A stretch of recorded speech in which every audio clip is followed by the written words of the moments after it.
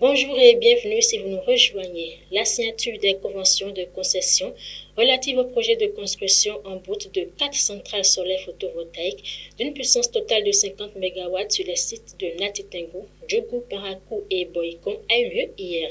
Elle a été procédée entre le consortium Green Yellow Aeon Consulting et le gouvernement béninois représenté par le ministre de l'Énergie Donald Jean-Claude Rousseau et de son homologue de l'État chargé de l'économie et des finances Romuald Ouadagne.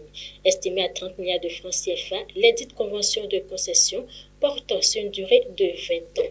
C'est hier également que les agents de contrôle du ministère de l'Industrie et du Commerce ont procédé à la fermeture de plusieurs structures de vente de ciment dans les villes de Cotonou et Calaville. Et pour cause le non-respect des prix de cession de la tonne du ciment fixés par le gouvernement béninois dans le cadre de la lutte contre la cherté de la vie. Démarrée la semaine dernière, l'opération s'est poursuivie ce lundi dans d'autres départements du Bénin.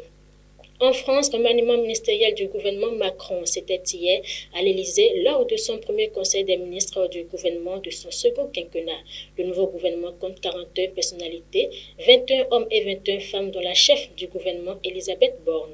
À noter que ce remaniement est dû aux résultats obtenus par son parti lors des élections législatives. Pour finir, le Nigeria a été battu hier par l'Afrique du Sud sur un score de 1-2 pour le compte de la première journée du groupe C de la CAN féminine Maroc 2022. La deuxième rencontre du groupe a tourné à l'avantage du Botswana, vainqueur du Burundi 4-2. La deuxième journée des phases de groupe démarre ce mardi avec pour affiche le Burkina Faso et le Sénégal, puis l'Ouganda et le Maroc.